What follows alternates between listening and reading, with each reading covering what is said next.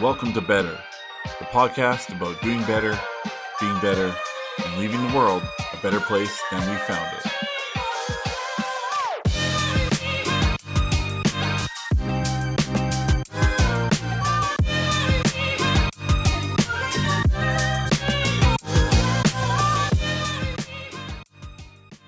What's going on, everybody? Welcome to Better. Jay, as you know, kind of a crazy start to this one because some gear just grew legs and left my office and left the studio. So we were ready to record like 8 minutes before the recording started. I had to jump in my vehicle, go all the way down to Polo Park Mall. I know most of you don't know what that is, but it's a mall in Winnipeg. And then Best Buy was still closed for some reason. So then I had to go to the Source. The Source had what I needed. And then I had to come all the way back here. Now we're starting a few minutes late. But kind of a crazy morning, I think. Skylar, kind of a crazy... But Skylar got free breakfast this morning, courtesy of Salisbury House. So, you know, he's happy. But I'm kind of... Just need to get the breath out for a second because I was running around like a madman. So today I have a guest on the show who I consider to be a good friend, and many people here in this office in my office have done various things for Hal over the last couple of years, and he's kind of one of those people in Winnipeg media and Winnipeg nightlife and Winnipeg in general. He's just a very recognizable person. He's been involved with probably every organization imaginable in the city, I think. He's a radio personality with CJOB. He's writes columns. He's involved in the foodie scene. I mean, this guy just literally, when you think of Winnipeg and you were to think of who are the first 5 people to come to mind, if somebody doesn't say Big Hal Anderson, they haven't lived here very long. Is pretty much, I think, the way it goes. So without further ado, Hal, how's it going?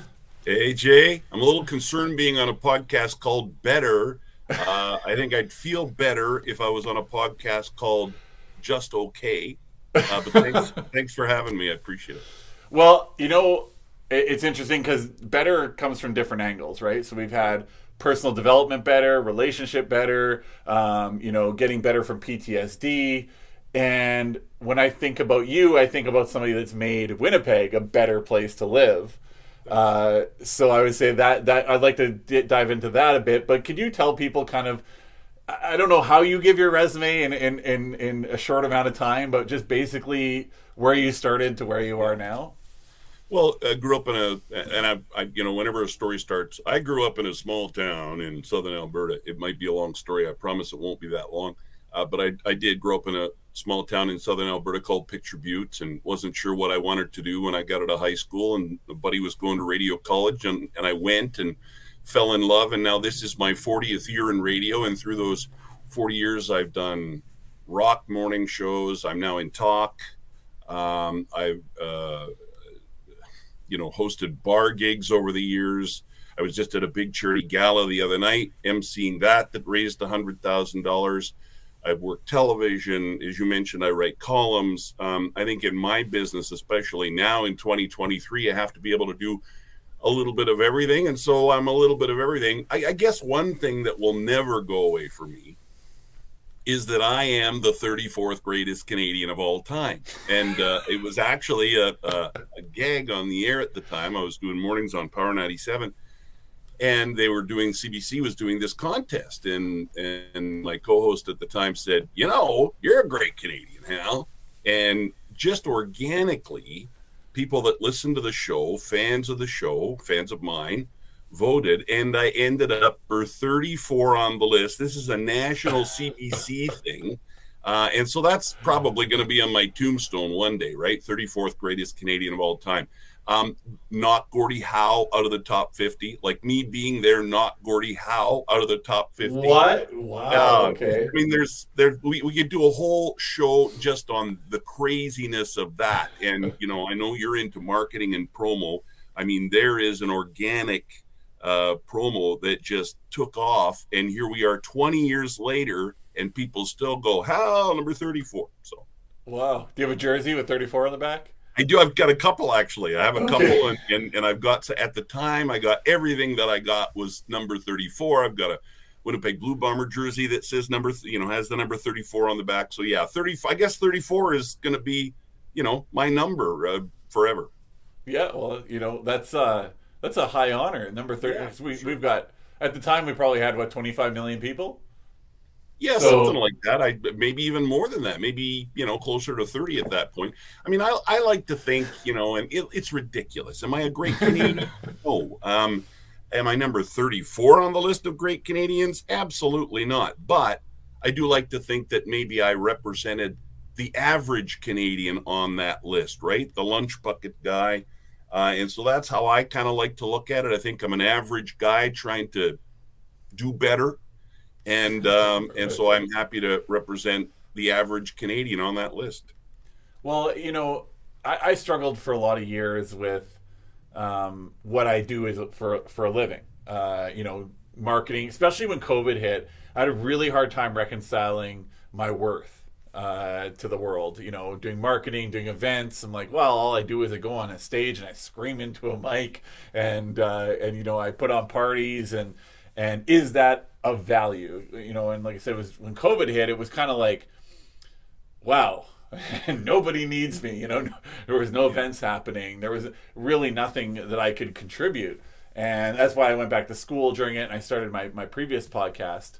But what I discovered over the years by and this is one of my better journeys that I'll get into more in depth on a later episode. But just to kind of touch on it, what I discovered was that life is almost not worth much without the ability to enjoy it.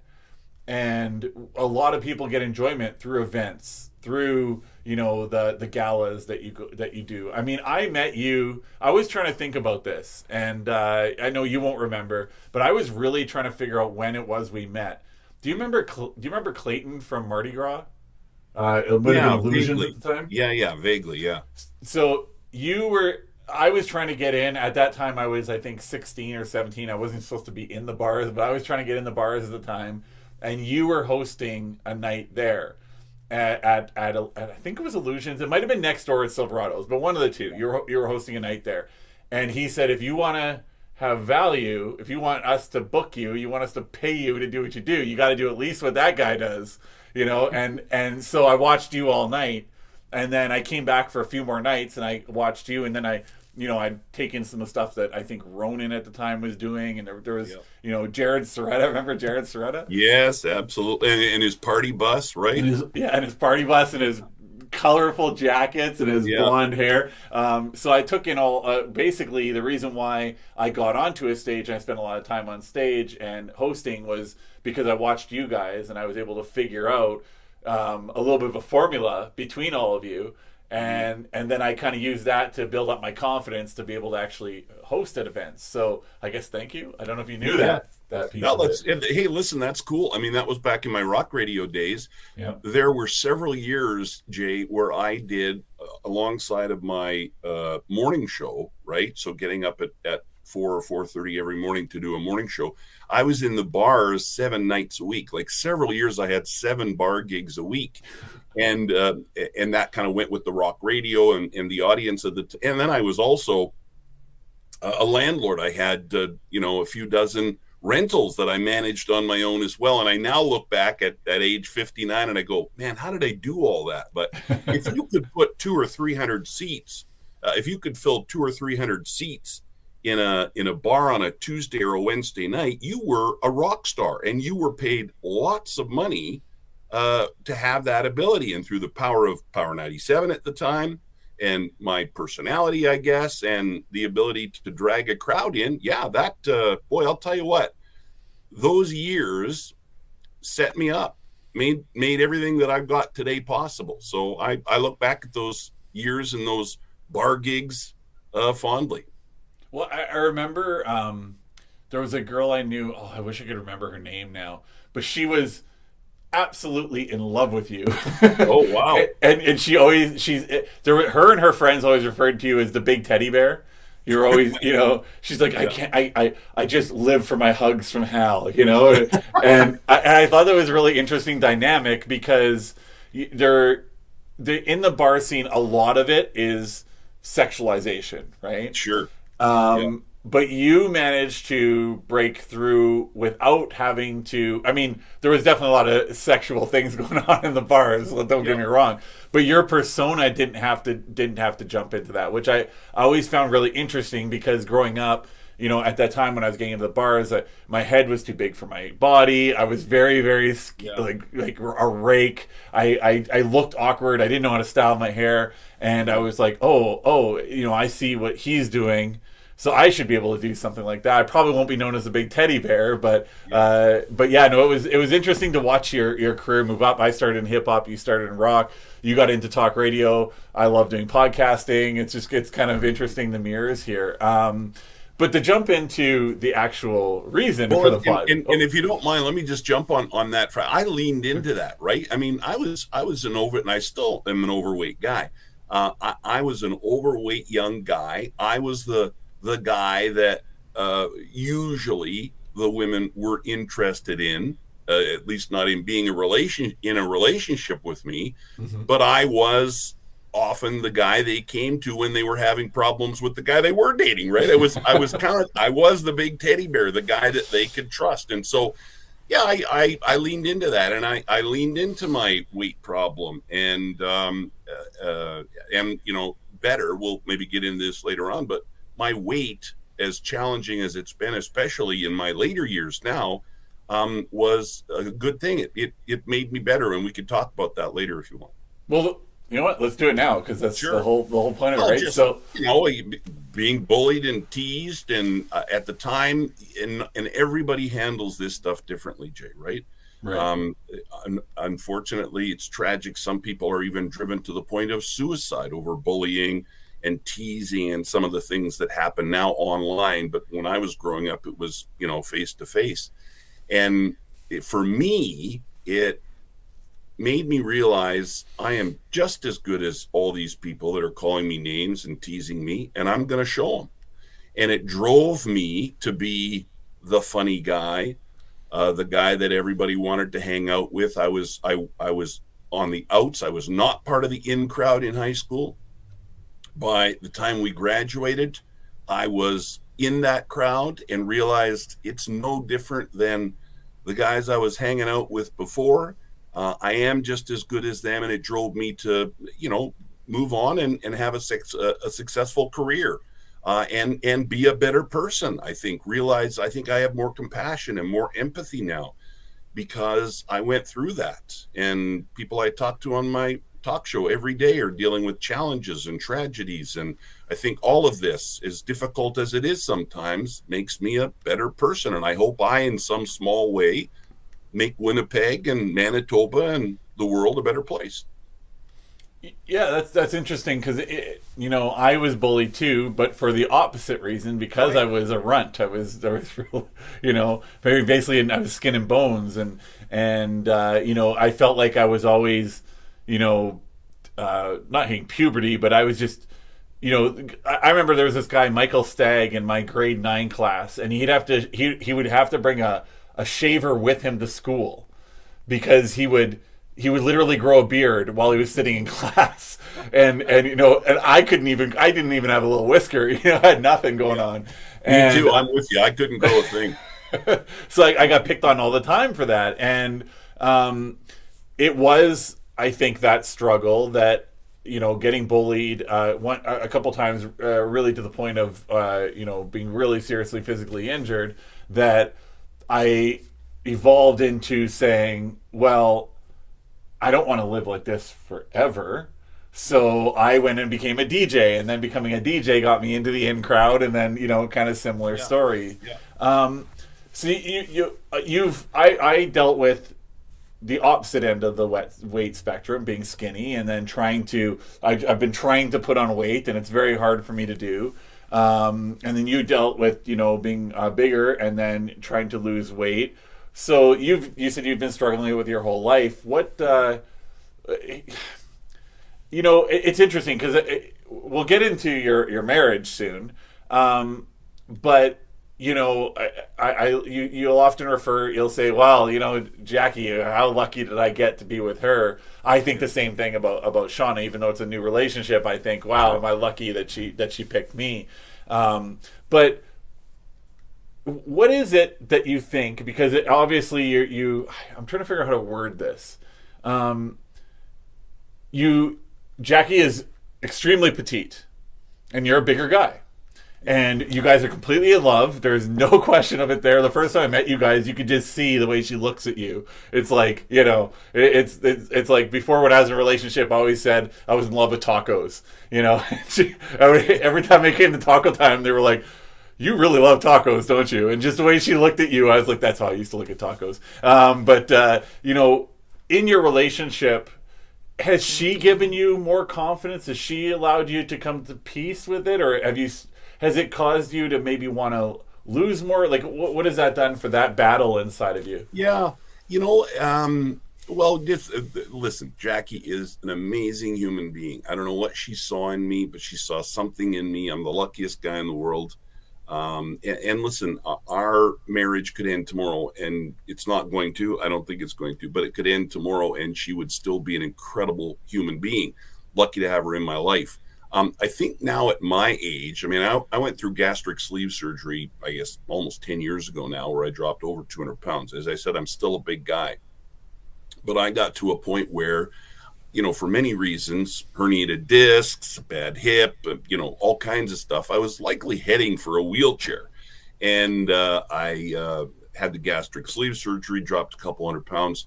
And at that point, yeah, it was mostly driven by my desire to continue to have a great life with Jackie. And so, that's the weight part of it. But yeah, I've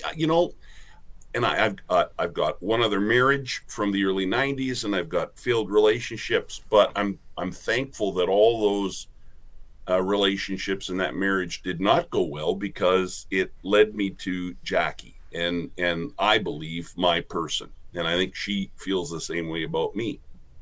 She makes me a better person. The Right. podcast is called Better. She makes me a better person. I became a better person when I met her and married her, and now we just celebrated our 12th wedding anniversary. So yeah, she's always encourages me. I've been in relationships before, as I told you. I've always been a busy guy. There were times in my life where I had too much going on, and I think you're the same, Jay, or you appear to be the same, very busy, almost workaholic. And I've been in relationships before where the person I was with said, well, hey, you took it on, so good luck, right? But if Yeah. I have that now in my life, or I have a challenge that I'm dealing with, Jackie is right there with me. What can I do? Even if it's just talk about what you're going through, but she's my partner, and she's always there for me. So that's the best feeling. Oh, for sure. Do you mind if we show a picture of you guys? Yeah, sure. Yeah, go ahead. Throw up the picture of. We're going to show your wedding picture here. Oh boy. Well, see, I was much heavier there. She married me at a pretty heavy weight. There she Yeah, is. there she Yep. is. Yeah, she's stunning. Yeah, She is. no, I'm a very lucky guy. Yeah, and she is. And Jay, she is.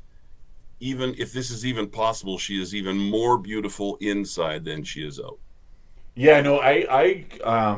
I remember because when I met her for the first time, I was renting your cabin from you, Yeah. and at the beach there in Gimli, and I talked to my mom right after. My mom called me right after, and I said, "Boy, she just gives off this good person energy." Yeah. Like I don't really know how to explain. Some people just do. Some people, you just meet them and you immediately understand that they're a really Yeah. good person, and Mhm. that's definitely how I felt about Jackie. So, Yeah. And um, let me just point out that for the guy who was the confidant to all those women who had no interest in me, I've done pretty well. I've done pretty well. She's a wonderful human being, and she is incredibly beautiful, and so I am very lucky in that way. But I think as we go through, and you tell me what you think, Jay. But I think some of those things when we're younger, and guys are the same way. Guys are attracted to physical more when they're younger, I think, and women are attracted more to physical when they're younger. But later in life, you're just looking for a good human being who you can share your life with and enjoy being together. And Jackie and I, our paths crossed at just the right time for both of us. And so, it's the best. Yeah, I would definitely agree. It's interesting for me. I definitely with my latest relationship here with Shauna, I feel like I hit the jackpot because I said I told her this line one time and she laughed pretty hard at it, but I said if there like there's the Build-A-Bear stores, right? No. I said if there was a Build-A-Babe store, I would have totally built you. And but we met online, right? So I swiped on her. She waited 2 years, and she swiped on me. Yeah. And obviously online, it's largely physical, right? But initially, but then yeah, you've got to have that connection, right? But it was interesting because I made a kind of like a promise to myself that I wouldn't just swipe based on the physical. Once I started getting into online dating, I said there has to be something in the bio that jumps out at me, that allows me to know that this is a good person or somebody that I want in my life. And her bio was all good person. And it was a little bit funny, very sweet, very nice. And I was like, okay, this is interesting. And then for her, before she swiped on me, she went and Googled me, found one of my previous podcasts about relationships, and that's what made her swipe on me. So we both ended up through just the way we are. Even though I'm incredibly attracted to her, she's an absolutely beautiful woman. We both ended up swiping on online dating off of personality, not off of looks. So I thought that was a huge win for us when I realized when she said, "Yeah, I Googled you and I listened to your podcast." And I'm thinking to myself, well, I thought you were beautiful, but I would have never swiped on you had your bio not been great. And then I was living in another city at the time for a few months. So she, we got to know each other without actually being able to see each other. And it really, or without being able to, be around each other physically. And it really strengthened what we had. So when it came to our first date, it was like we had been together for a year already. And yeah, I think that, I definitely was a very vanity-driven, looks-driven person when I dated when I was younger. But I just kept saying to people, there's this character named Lana Lang on Smallville, and she's just this really good girl next door type. And I was like, I'd love to find a good girl. And I wasn't finding anybody. I dated a few times, and I found that our personalities didn't match. But Shauna definitely is that person, and Jackie's that person for you. So would you say that meeting Jackie is one of your most critical, better moments in life? Yeah. Oh, for sure. Absolutely.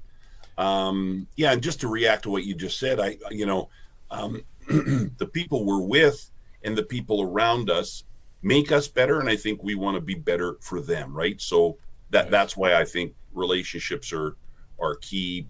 Back to the name of the podcast, but yeah, that was, as I said earlier, meeting her and marrying her, and now just celebrating 12 years together. Married. That's absolutely was a critical point in my life because I was having success in my career. I have always been really good with money. I came from nothing. My parents had literally nothing. And I always took any money I did have when I was single and early in my career. I took any money I had, and I made a conscious decision that I was going to put it into rental properties, investment properties. And so I did that. And so I was certainly on the right path financially.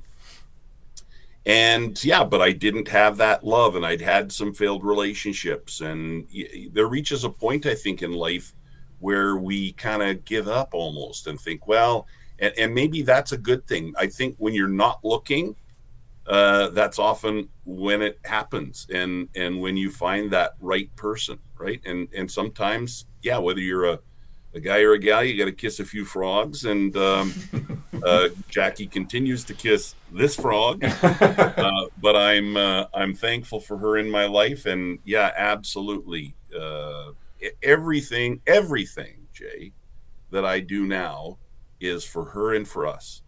And that is a wonderful feeling in life. And I know that whatever challenges life brings me and us and her, we're going to be okay because we're in it together. Right. Yeah. See, I had a conversation with Arlene from Dragon's Den one time, Mm. and she was I just watched Dragon's Den. I haven't watched Dragon's Den for a long time, and I'm back into it now. And I really like Arlene Dickinson on Dragon's Den. Yeah, sorry, I yeah, interrupted. yeah, no, she's awesome. And so I had a conversation with her one time, and we were talking about, I said to her, the hard days, because I'm an entrepreneur, and there's a lot of hard days with entrepreneurship. And she said to me, you need to make sure that, figure out your interval. I think hers, she said she did it daily. I do it daily, is to wake up, and the first thing you got to think about, and then the last thing you think about before you go to bed is, what are you grateful for? Yep, And she said, yeah, the gratitude. Yeah, so she said, I said to her, I'm like, well, there are days when I wouldn't be able to answer that question. mm-hmm. And it's true. And actually, August of this year was a very hard month for me. It was, every day was, it felt like my whole world was falling apart around me, just because we were getting hit with so many problems with software that we couldn't control, that were completely, a bunch of them were one in billions chances of happening, and they were all happening within the same month.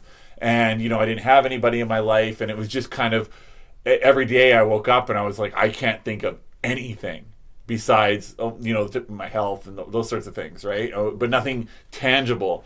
And then August 24th is when I started talking to Shauna, and now every single day, even if I'm having a bad day with work, with whatever, I can say I'm grateful for Shauna. So I get it. Like, it makes sense that once you find a good partner, and I heard people talk about it all the time, and I was like, I probably don't subscribe to that, but I definitely do now. That everything just becomes easier because you do have that backup. Is that kind of how you feel about it? Yeah, we're dealing with cancer in the immediate family right now, in Jackie's immediate family, and it's tough. Jackie works in film. She works in costume design in film, and there was an accident, not her fault. Somebody else made a mistake, and accidents happen. She fell 4 feet, landed on concrete, and broke her pelvis. Right.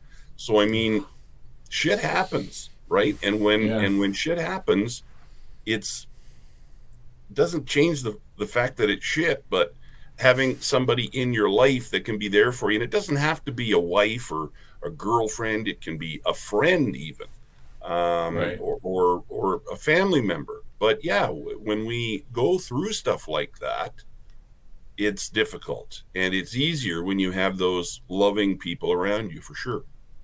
Right. Yeah. I think outside of the relationship, which definitely obviously has made you a better person, and every day makes you feel grateful, like I do. What is something else you went through where you I always say, we're calling them better moments, and Yeah. a better moment is where you stop and say, oh man, I need to course correct. I need to do something different here, or I'm not going to be able to be the person I want to be. Can you think of anything that's outside of the marriage to Jackie and meeting Jackie Yeah. that you had like that? Well, I last civic election, I decided to leave the microphone behind and take a shot at politics. My love of politics, and I continue to cover it and talk about it because I'm a talk show host on a news talk station, CJOB. But 40 years ago when I was in college, I was a young Tory, right? I was a young Tory. I was a delegate at the Mulrooney convention, didn't vote for him, so don't blame the GST on me. But I was a young Tory. And then and I began to get into my news career. Now I'm more of a news personality, I guess. And so I'm allowed to have opinions and give those. But as you get into journalism, you have to sort of separate yourself from the parties. And so I was no longer involved in the Tory party, but I've always had an interest in politics. I love talking about it, covering it. I think politicians, we need more good people to run. And on my show, I was saying that a lot. We need more good people to run because I was frustrated with the politicians. And I don't want, so I've always wanted to run. And I thought, you know what, I'm going to do this. I'm going to put my money where my mouth is. I'm going to run. I didn't have any interest in running provincially or federally, because that's follow the leader, do what you're told. And, I wasn't about that. And I really do believe that at the city level, as a city councilor, you can make the most change, I guess, for the average person. So I ran in Charleswood, Tuxedo, Westwood, and I did not win. And that's okay, because I'm proud that I put my name forward. But I'll tell you what, Jay, having been in that campaign a year or so ago, that's not the world for me. And I knew all of this going in. I knew how politics was, but I didn't think at the civic level party politics would play that kind of a role. I've been a pretty vocal critic of a lot of the parties on my show, which is very highly rated. And that bit me in the butt. I didn't win. I'm not making excuses, but now that I'm back on the radio, I know for a fact that world was not for me. And I'm not just saying that because I lost. I know that's not my world. And I know for a fact that I can make a bigger difference. I can make this community better by being on the radio and holding feet to the fire. I know that I can be a bigger contributor to the community and the good of the community by writing my columns every weekend in the Winnipeg Sun, and being a strong voice in that way, where I don't have to do what I'm told. I'm not one voice or one vote at City Hall. And I think maybe that would have been frustrating for me. Maybe I wouldn't have enjoyed that. I went in with the best of intentions. I'm glad I ran. Sucks that I lost, but I think this is where I probably should be and need to be.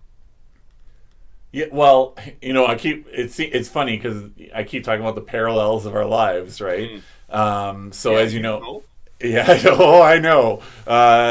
In 20, and this is something I'm going to cover in a future episode in depth, because I referred to it a couple times, and people ask me, like, can you talk about it more? So I will. I'll just Cole's notes it, but I got into politics. It didn't work out. A way more extreme example than yours. I definitely didn't win. But I learned very quickly that it was not the place for me anyways. Because what ended up happening was, right after everything happened, I broke my back. I was paralyzed. And then I was I didn't really know what to do with myself. And as I was recovering, I was, starting to walk again and do all this stuff. I really felt like I wasn't mentally stimulated in any way. So I took on, because I kept seeing stories I was living in the States at the time. I kept seeing stories back home of women that were getting sexually assaulted and everything by cab drivers, and all these crazy things that were happening, and the province wasn't moving on ride sharing. So I put together a petition and a campaign, and then we ended up getting the taxi cab board disbanded, and then ride sharing eventually came to Manitoba, which was pretty cool. And then we did the nurses baskets one year, and then the nurses campaign to get them a contract the year after that. And I was sitting with a few of my friends who were MLAs that got elected either in previous elections or the election that I would have been in. And they were like, we feel like we've done nothing the whole time we've been here. And like, you've gotten two major initiatives through without even being a politician. And I realized it's because you're not restrained by their rules and their world. I remember I was on your show, and I made the comment about Pallister should be nicer to nurses because he's getting on in years and he's going to need them. And you can't say that kind of stuff as a politician. You get in a lot of trouble. I got a phone call and I got cussed out because of that comment. And I just said, look, if you're not going to take care of us, we're not going to pull punches with you. And so I get what you're saying. I'm glad I did it because it helped me learn a lot about myself. But I'm also kind of in the position of saying, out of that experience, I found a better me because I learned what world I don't belong to. Does that make any sense? Yeah, and here's my hope for politics at all levels, and with Wab Kinew and the NDP government. I just want to see more collaboration over on Broadway. I want to see more collaboration over on Main Street, right? Same in Ottawa. I just want to see, because these are problems that belong to all of us. These are issues that are affecting all of us. Right. And we have to figure out a way to collaborate, cooperate, and get some stuff and compromise, right? Everybody wants everything now. And that's why Yeah. nothing gets done, in my opinion. We Yeah. have to work together to try and find some common ground. And that doesn't happen now at any level of government. And we've got really serious issues. Homelessness is a big one for me. And I talked earlier about compassion and empathy. I think I've got people tell me, call into my show when I talk about people homeless on the streets of Winnipeg, and they, well, they decided they were gonna take those drugs. And where's the compassion? We all make mistakes. Where's Yeah. the compassion? Where's the empathy? And not to mention, on the homelessness, for doing what we're doing now is costing more than if we actually did what we should do: put a roof over their head and have those wraparound supports to get them started and get them back into society again. So you can't even make the money argument on that issue. So I really hope that we see more it's probably not going to happen, Jay, but I really hope we see more getting along, because we're going to get more stuff done. And these are issues that are impacting all of us, regardless of your party or who you voted for. Yeah, it's politics has been one of those ones that's made me a worse person and a better person all at the Yeah. same time. I've been in and out of politics for a long time, and it always took inspiration to get me to pull me in. And at first, as a kid, I remember being attracted to, wow, look at just the raw power that somebody has when they're elected and everything. And then I realized it's smoke and mirrors as I grew up. And then I got inspired by Obama. I was really inspired by the campaign for downtown by Kate's. I was pretty inspired by I've always believed that it's a social issue, a criminal issue. It covers the full spectrum. Weed. So I was very happy when Justin Trudeau's government legalized weed in the country. So there's certain things, but to be inside of politics, you really understand how dirty and how just downright not in line with what they're supposed to be. Like, the mandate that they have is to represent us and do the best they can for us. And you get inside of politics and you realize, oh, that's not actually what they're worried about day to day. They're worried about keep maintaining their voters and making sure they've got enough money when they leave office and all that. So you're right, the chances of it changing very slim, because I think you need a systemic change rather than a party change or a leader change. But I do hope that there could be collaboration. We're seeing it in all levels of government all over the world, right? We're getting back into almost what feels like a Cold War era at this point, where it's like nobody wants to talk to each other, and when we do, all we're doing is screaming at each other. Yeah. And that's very concerning to me. But so you cover this every day, all these stories that are happening all over the world and locally, and how do you? I guess this would be something that people, because a lot of people watch the news and they're like, I get depressed watching or listening to the news. Yeah. It takes me to dark places. Imagine working in it every day. I mean, That's what I'm saying. So how do you mentally deal with all the negativity that you have to report on in this world? yeah. I don't know, turning on Love is Blind at the end of the day, I guess, and just forgetting everything. I don't know. I like that. I will see this, back to the politicians thing for a second. There are some good people out there that are representing us, that care, and they're not in it for the pension or getting reelected, or, there are some good people trying to do good work. I just think we need more of them out there. So I'll just say that. But yeah, I mean, there are some heavy days. I think back to my rock radio days when, yeah, it sucked. I had to get up at, 4 or 4:30 in the morning. But I got to drink coffee with my buddy. We chuckled, we laughed, we yucked it up, and we played good tunes, right? I miss those days some days. I love what I do. My ability to go on the air, My opinion really doesn't matter. I try not to give my opinion too much. I sometimes give my opinion to prime the pump a bit and generate conversation, whether that's text messages or emails or phone calls from my listeners. But it's really not about my opinion; it's about their opinion, and sometimes those other opinions really rub me the wrong way. There are some days where I have to read through a lot of hate text messages, hate directed at me for things I've said or things I believe or subjects that I'm covering or even guests that I'm talking to. So yeah, it's tough when it's your job every day because you and others have the ability to say, all right, that's enough of the situation in Israel and Gaza for today. I'm not going to listen to any more of that. I unfortunately have to, and my show is 10 to noon on CJOB, but I'm putting in 10, 12 hours every day doing that 2 hours. So don't think that it's, oh, what a cushy gig Hal's got. Yeah. It's 2 hours because, as you know, it's a lot of prep and then it's a lot of Mm-hmm. follow up. And plus I'm writing columns, plus I'm still managing rental properties, just to keep it real. But yeah, but it's tough. Some days is tougher than others, and I'm lucky to work for a company like Chorus Entertainment. They're really good about that. They say, hey, you know what? We don't expect. Used to be we were expected to be on social media. That's not the case anymore because they know the hate that can be out there. Well, that's good.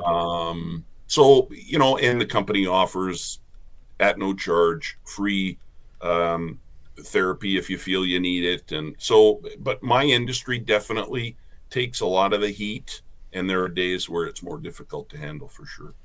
So it's interesting because there's a big debate as to whether the media has gone way too far into the opinion side Yeah. and skews the news and everything. Do you think, as a whole, not just I know there's good people in every industry in every situation in life, but as a whole, when you take that 15,000-foot view of what the media is like these days, do you think the media is making the world a better place, or do you think what do you where do you stand on that? I think the media is like anything. There are good and bad lawyers, there are good and bad doctors, there are good and bad members of the media and media organizations out there. One common one that I, in fact, just had to kind of clear up again on the air the other day. There are people in the media who are news people who present the facts and are not allowed to give opinion. And then there are people like me who talk about the news and give opinion. And that can sometimes be confusing for people, right? Mm-hmm. They go, you're not a journalist, you're giving your opinion. Well, I happen to be a talk show host, and so I am paid to give my opinion from time to time. That's different than the person who reports the news and reads the news. Here are the facts as we know them, period. No opinion. So people need to understand that that's different, right? There are columnists in newspapers that give opinions, and then there are factual stories. That, I think, is the biggest confusion for most people when they look at the media. But are there media people and organizations that make mistakes and go too far and do things wrong, in my opinion? Sure. Are there some that are leaning one way or the other? Absolutely. But that, I think, the most important thing, I think, is misinformation. And that's online in many ways, right? Things that just are not true. And I can't tell you how many times people say to me, hey, what about this? And it's not even true, right? It's Yeah. so different now with social media than it was even, 10 years ago. Yeah, every day I go on my news feed. I don't know if you can call it a news feed anymore since you're not allowed to have news on it anymore. But I go on my feed and I see somebody just saying or sharing something that just Yeah. is completely baseless. And I used to jump in and be like, dude, like, just so you know, like, you didn't Google it. It's definitely not a real thing. And because now people just get mad at you and they say you just trust the wrong sources and all that sort of thing. But so how do we? You spoke about opinion and opinion versus the reporter side. So the what do you how do you like what are the two separations? So the reporter is the person presenting the facts, and that's it, right? Or the Yep. journalist is News the anchor or an news anchor anchor. on a news show, for example. So then you Um, consider yourself like just like a host, or how do you, I am a host, a talk show host. So, well, I personally don't like to give opinion because yeah. there are some talk show hosts that like to do that. It's all about their opinion. For me, it's about the people who are listening that call in and text and email. What's their opinion? That's what matters to me. But I might give my opinion to prime the pump, or if I feel really strongly about something, I'll give my opinion. Don't get me wrong, Jay. I understand why it can be confusing for people, right? How do we Because there clear it are up? even what's that? How do we clear up the confusion? I well, hopefully 'Cause- by people like me saying, "Hey," and here's the deal, and me doing it on my show, and but people need to do their research on media organizations, and if you go online and you see something on X or Twitter, I still call it Twitter. Do you call it Twitter or is it X for you now? I don't call it X. I think it's just ridiculous. It's Twitter for me. Okay, good. yeah. So I go on Twitter and I see something, and if it's incorrect, I try and point that out to people. But that's a huge job. I don't know. I don't know where this is going to go. It's a bit of a mess right now, but. But I will say people need to do their research. They need to go to those media organizations and people that they trust. I hope, and I don't think I would be where I'm at today and having done this for 40 years if I wasn't trustworthy. So, you reach out to people like me and you say, "Hey, Hal," and I'll tell you what I think. But people need to do their research. They can't just read something on Twitter, on X, on Instagram or TikTok or Facebook and go, well, that's gospel, because boy, in a lot of cases it's not. Look for those organizations and people you trust. Yeah, that's definitely a piece of it. What I was more getting at is how do we how do people see you look at, like, let's say and I can see a clear difference. You tune in at 5 o'clock to CTV News, and they're just basically laying out the story as they know it, right? And then you go to like a show like yours, and it's more conversational and a little bit of back and forth. Well, are you sure? Or do you maybe you don't know this, and that sort of thing. We still give facts. We still give facts on my show, Yeah. but we talk about the facts. So I guess the world would be a better place if people could understand the difference between the two. And that's what I'm trying to figure out is, like, how do you help people understand that, that your show is completely different than an anchored show, and that and then the media have to not blur those lines, right? I think that's very clear. Like the Walter Cronkite of the world who reported the news. The only time you saw opinion out of somebody like him was when he got emotional about the story. If he was reporting on some tragedy and he got a little teary or something, you really that's the only way you ever knew his opinion. Otherwise, it was just straight facts. So how do we? I guess I'm trying to figure out how to make the world a better place if people could understand the difference between the two, and how do we do that? How do we get to that point where people understand that? Like, Again, I think it goes on people. People need to do that research. They need to turn to the personalities, whether they're opinion like me or not, that they trust. They need to turn to the organizations that they trust. It's really confusing and difficult right now because you can give, like, for example, Fox News, right? I mean, that is no question a right-leaning news organization, but there are people on there. Tucker Carlson recently let go. He was an opinion guy, but yet they have news people on Fox. But as an organization as a whole, they lean right. There are those that believe the CBC and others lean left. And I think probably most media organizations are more left than right. But that's here's what I'll say. People should not sit and watch one show, one news organization all the time. Mix it up. I think that's, it's like our diet.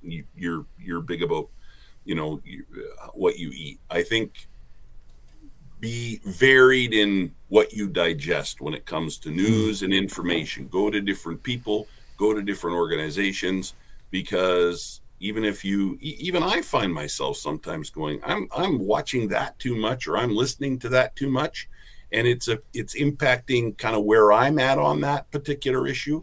So mix it up, and then just really try and avoid the misinformation, the stuff that's wrong. But Jay, if I had the answer to your question, I would not be on your podcast today, pal. I'd be laying on a beach somewhere counting my millions. That's fair. That's fair. Okay, let's say you had access to do anything in this world. Yep. What would be the one thing that Hal Anderson would do to make the world a better place? Oh boy, gee, that's a good one.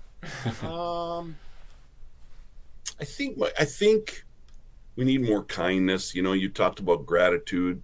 I try and wake up every morning with gratitude in my heart for what I have, even if there's stuff that's going on that I'm not grateful for. So gratitude. But I think kindness is huge, and you mentioned Walter Cronkite crying. I'm known to be a bit of a crier. When I talk to people about their stories and cover emotional stories or stories that can stir emotions, I am known to be a crier. Hal's crying again. I can get choked up quite easily. But I think kindness. I think we need more kindness. And on even some of the hate that I see on social media, even during COVID, I really truly believe everybody was just trying to do their best, right? And things changed during the pandemic as to what the best approach was. And that's how science works. But there was a lot of hatred. And I think if we can get rid of the hate and have more kindness, just more understanding and kindness, I think that would be huge. I might not agree with you, but you know what? You're a human being like me. Let's figure it out together. Just kindness on a daily basis. Don't get so angry with people because they have a different opinion or they feel strongly about an issue that's in the news.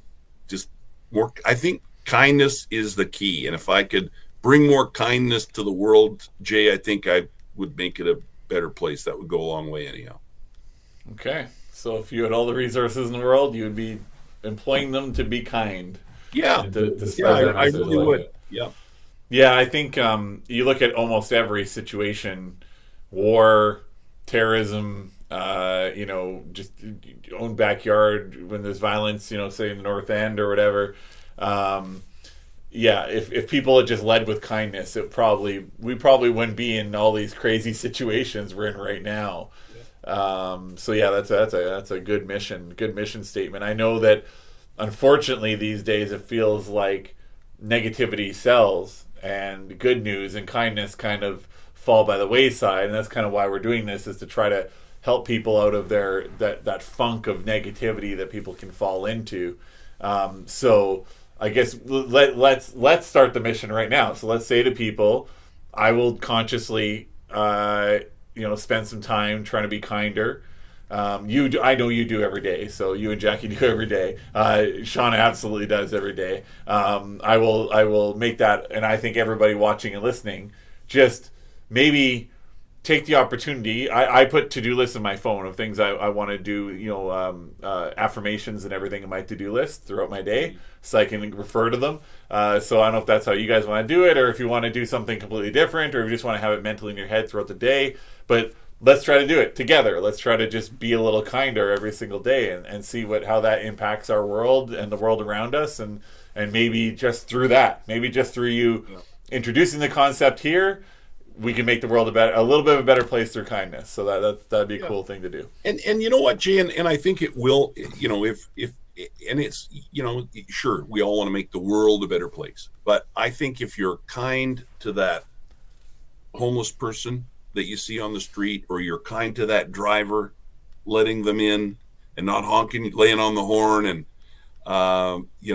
just that small act of kindness, all of those added up, I think, can truly make a difference. It might sound corny. I don't know. Maybe it does sound corny. I'll just give you another example. I am a generous guy, and I have many times helped people out in need. I'll give you an example. I was going to Labor Ready, or this is several years ago, but I was going to Labor Ready, and I was going to hire a couple of guys to do some work at one of my rentals. And this woman comes up to me outside. Often they're outside and they're trying to get the work before the work ends up through the door. Mm-hmm. And she says, me and my husband, we're just kind of traveling through. We're from Alberta, so connection to Alberta because I grew up in Alberta. And she said, we're really handy and whatever. And I said, okay, sure, I'll give you a chance. So she brings her husband over, and I gave some tools to them. And the rental that they were going to work on was empty. They didn't have a place to stay. They were staying in their car. So I said, no problem. Stay here, work here. Tell me how many hours you put in. I went and checked on them every couple of days, made sure work was being done. Work was being done. Okay, great. This went on for a week or 10 days and, all good. And I fully expected that at some point they were going to go, we're out of here. Thanks for the help, right? Well, what they did was... they didn't bother saying, thanks for the help, see you later. They took all my tools and they left, right? Now, that sucks. But they probably need, and I'm not in any way condoning crime and theft or anything else, but here's how I looked at that. They probably needed it worse than I did. I got some work done, and it sucks. And yes, I was angry and hurt and frustrated. But does that make you stop wanting to help people? It hasn't with me. Because for every one example like that, I've got 3 or 4 where people that I've helped have become friends. They appreciate it. I can count on them when I need their help now. So there's always, as I said earlier, there are bad lawyers, bad doctors, bad media people. There are always going to be those people that are going to take advantage of you or screw you over.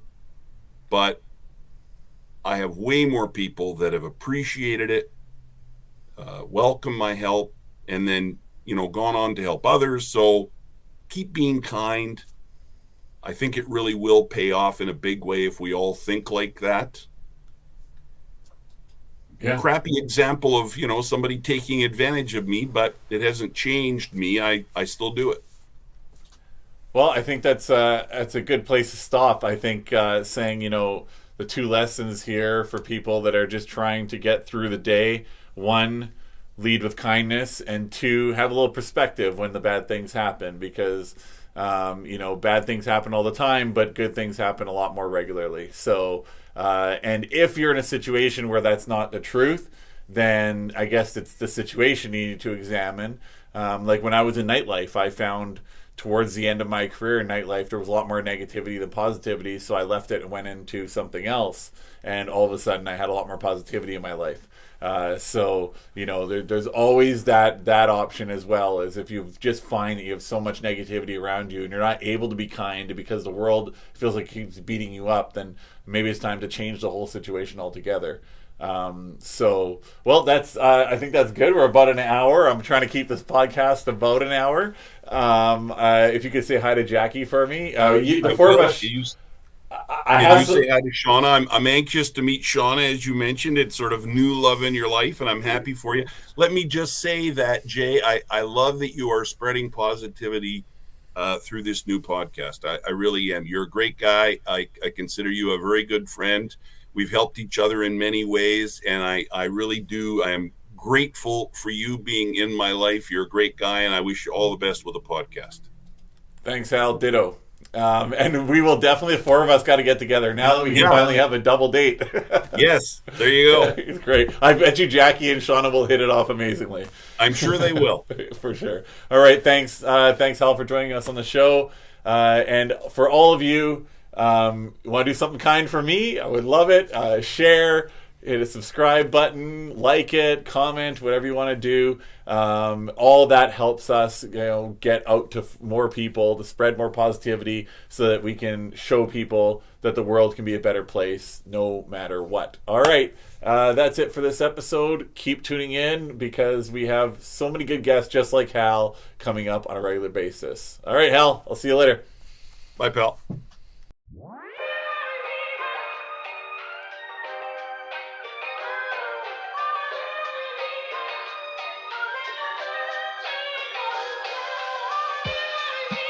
Welcome to Better, the podcast about doing better, being better, and leaving the world a better place than we found it.